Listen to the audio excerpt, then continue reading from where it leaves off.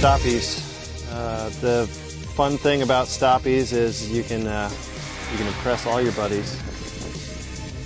Just the key really is to try not to slip the front wheel. So what I like to look for is sometimes just a little bump or a little bit of a transition to load the rear of the bike, and that is really the key, is the beginning of the stoppie. So kind of get going medium speed, hit a little bit of a bump, and as the suspension compresses and then releases, that's when you hit the front brake.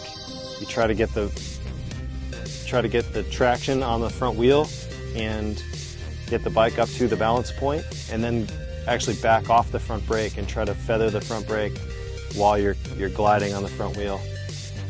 It's definitely a hard thing to do, but it can be a lot of fun. If you make a mistake doing a stoppie, it'll send you right over the bars, so definitely start small. Just start by doing slow ones, build up to it. Go really slow, hit the front brake, kind of feel how the back end kind of leaves the ground, and then as you learn that, you can add a little more speed to it and try to hold it a little bit longer, and then ultimately you can learn the balance point and learn how to feather the front brake well enough to actually ride them for a pretty long distance.